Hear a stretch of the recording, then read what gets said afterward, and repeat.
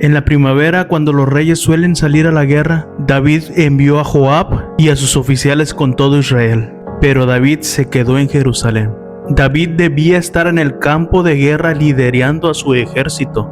Era un rey guerrero ungido por Dios, pero ese día decidió quedarse en su palacio. Ese fue su primer error, estar en un lugar donde no debía estar. Cuando estás en lugares que no debías estar, terminas mirando cosas que no debías ver y tomando decisiones que nunca debiste tomar.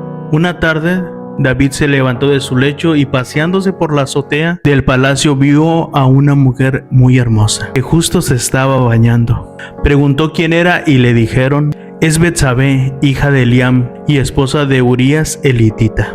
Ahora, Urías no era cualquiera. Era uno de los hombres más fieles a David, un soldado que hubiera dado su vida por él. Y fíjate en esto, mientras Urías peleaba en la guerra por David, David codiciaba lo más íntimo de su casa.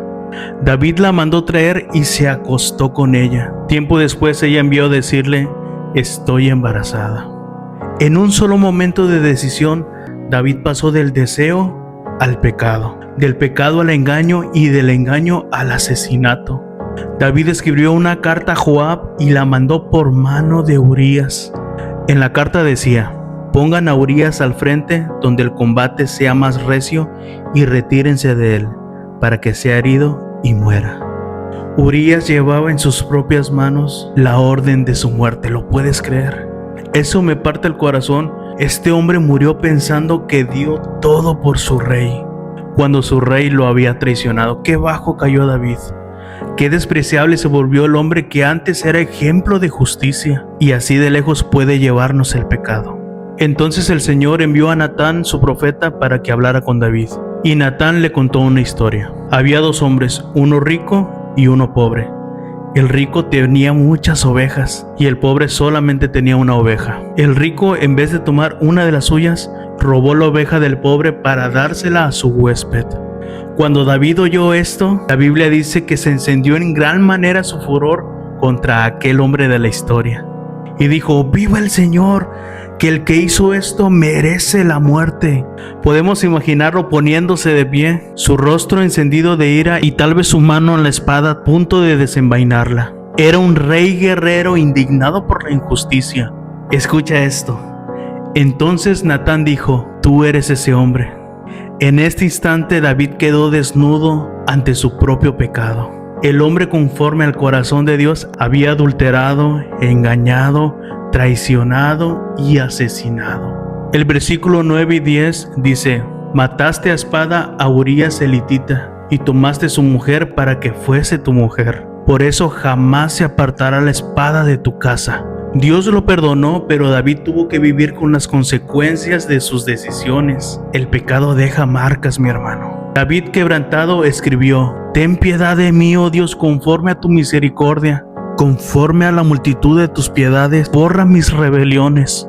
Crea en mí, oh Dios, un corazón limpio y renueva un espíritu recto dentro de mí. Este es uno de los salmos más hermosos, pero también más tristes de la Biblia. David entendió que Dios era el único que podía limpiar su pecado. Y ¿sabes algo? Posiblemente te estás indignando con esta historia y estás diciendo: qué poca de David. ¿Cómo pudo llegar a hacer esto? ¿Cómo pudo un hombre conforme al corazón de Dios haber hecho tal atrocidades, matar, traicionar? Ahora, no solo a cualquier persona, sino a un fiel siervo de él. Pero ¿sabes algo? Nosotros somos ese David muchas veces. Cuando estamos donde no debemos estar, cuando miramos lo que no debemos ver, cuando tomamos decisiones que sabemos que son las equivocadas y aún así ahí vamos. Todos hemos pecado y todos hemos fallado. Pero ahí es donde entra Jesús. Él vino a perdonar a quien no merece perdón, a dar vida al que no merece vivir. Ese es el amor de Dios, tan puro, tan inmenso, tan incondicional, que si te arrepientes de corazón y no de labios, Él te perdona.